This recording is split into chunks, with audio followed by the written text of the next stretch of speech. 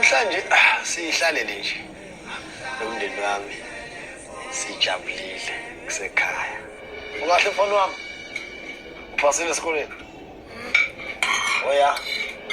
Ngithake ngithatha ithuba. Ke ngibabuze nje ngezinto engihlale ngibabuza ngazo kodwa nje ngizinike isikhathi namhlanje ngoba sithi ngobaba ofika nje abuya nyamalale. Ngiyazi ukuthi isizungu sami sibe khona. Nina abanye nathula nje. Phela unyaka uphela kona wonke umuntu.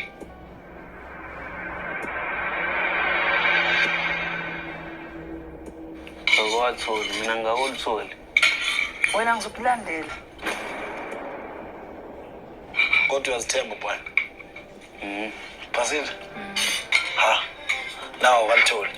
Ya, ngathi. Njengoba ngiphasile, Yo. ngifuna igift. Yali.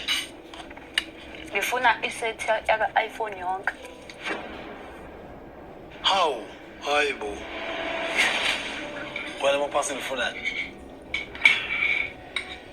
Ngifuna ungise e-studio ngikhiphe ingoma yami.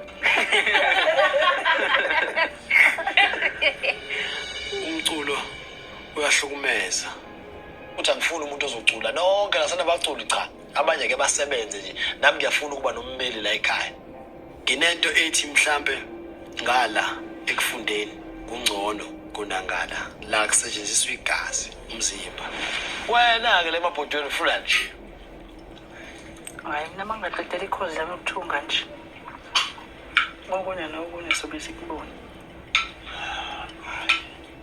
Sifike nina sinifundise ngenhloso yokuthi nizimele nani ningalokhu nidabukisa nithi angina pocket money. Nina bese niyayithatha lonto nisebenzisa ngendlela yenu.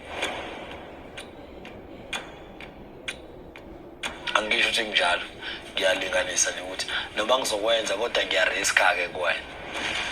Ngizobe ngiriska nje fele wazi. Umfazi wami angithanda sebenze. Uthuzela ekhaya kodwa futhi uyemsebenzini.